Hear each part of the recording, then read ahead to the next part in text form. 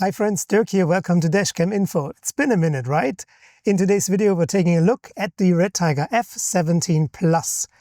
I'll show you briefly the unboxing, we're taking a look at the app, and I'll show you footage by day and by night.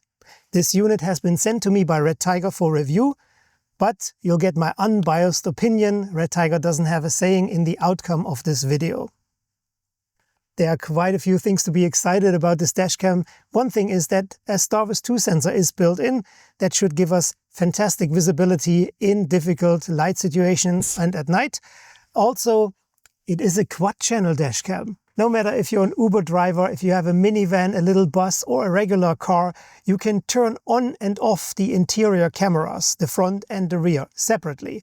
So you can decide whether you want to run this as a quad-channel, triple channel or dual channel dashcam. For permanent installation, there's a hardwire kit available. This was hands down the best unboxing experience that I've ever had with a dashcam. Everything is so well described. On every package you see exactly what's included.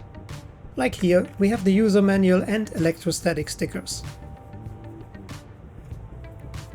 Obviously, in this box is the cable for the rear view camera. It is a very long USB-C to USB-C cable. Also, this box doesn't contain secrets. We have the power supply cable with the car charger. What I like about that is that it has a USB pass-through so you can connect other devices as well. We get extra adhesive strips in case you have to remove and reinstall the cameras. And there's a tool and hooks for cable management. Of course, Inspector Kiwi is checking if everything is complete. The rear cameras are rotatable, so you can perfectly adjust their angles. The little round one points to the outside, while the more square one that has also infrared lights is for the interior.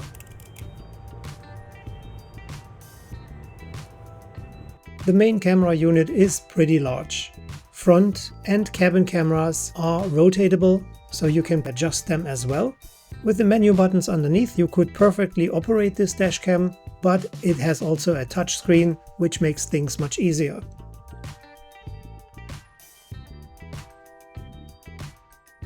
RedTiger didn't go cheap on us. They included a 128 GB microSD card, which I really like. Powering it on for the very first time, we are prompted to select our language and also our time zone. And there they are, all 4 cameras. As I mentioned before, you can operate this dashcam with the buttons underneath or using the touchscreen. It is straightforward and gives you a lot of options.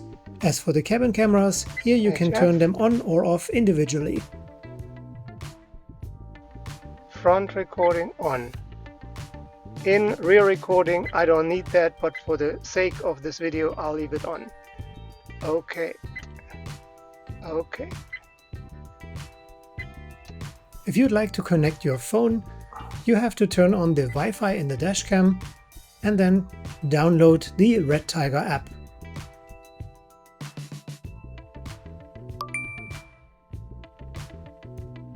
And this was the first thing that really bothered me. You have to create an account in order to use the app. I think this should not be necessary. Once you're done, you still can't use the app because now you have to verify your email address. And there's another step. Now RedTiger wants to know from you what kind of car you're driving. I truly hope RedTiger is watching this and starts to reconsider, because customers don't feel comfortable giving out personal information. On your phone, in the Wi-Fi settings, you have to connect to the RedTiger network, and as you know, the secret passcode is 12345678. Once connected, you can now access the data and the footage directly from your phone, and if you tap on settings, you can also change some settings in the app, but not as many as you can do on the camera directly. And now it's time for me to show you some footage by day. Here's a quick view of the rear interior cabin cam. I don't have a van or a minibus, so I don't really need this. Here's 1080p footage from the front cabin cam. Again, I'm not an Uber driver, so I don't really need it. Front records in 2.7K, all other cameras can record in 1080p. Also the rear camera can record in 1080p. Because my windows are tinted, you don't have the most crystal clear image, and the rear camera appears to be a bit darker than normal, but it's really because of the tint and it's not a camera flaw. What I appreciate is that we have no funny business, no funny files. All 4 cameras record MP4 at 30 FPS. And that makes syncing the footage in a video like this super easy. It is simply drag and drop.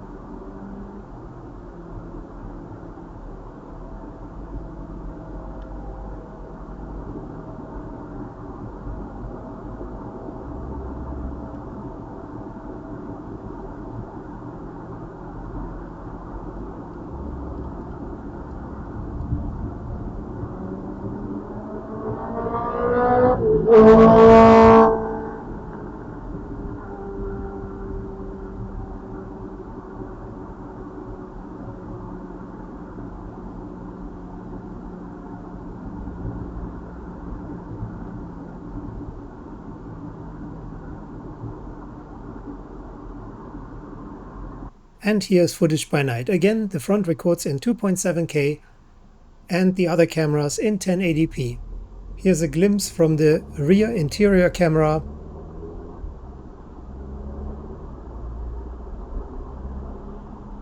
Here's the rear view camera.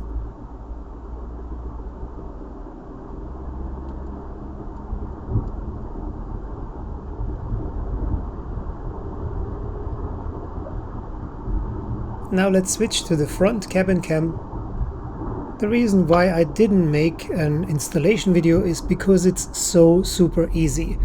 First you put this electrostatic adhesive layer on your windshield or on the rear window, then you peel off the 3M tape from your cameras and press them against it. And that's pretty much it.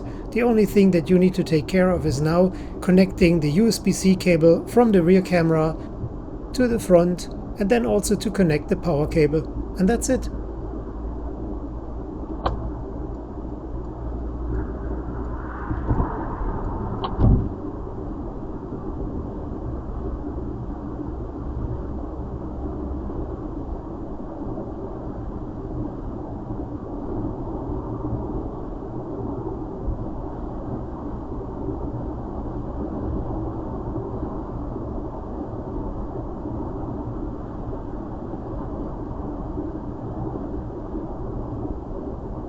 Although this dashcam retails at $260, at the time of me releasing the video, Amazon has a special promotion and you can pick it up for only 220 bucks.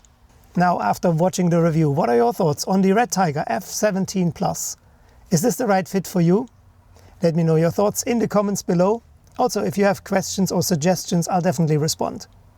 Till the next time, stay safe, stay tuned, and take care. Bye for now.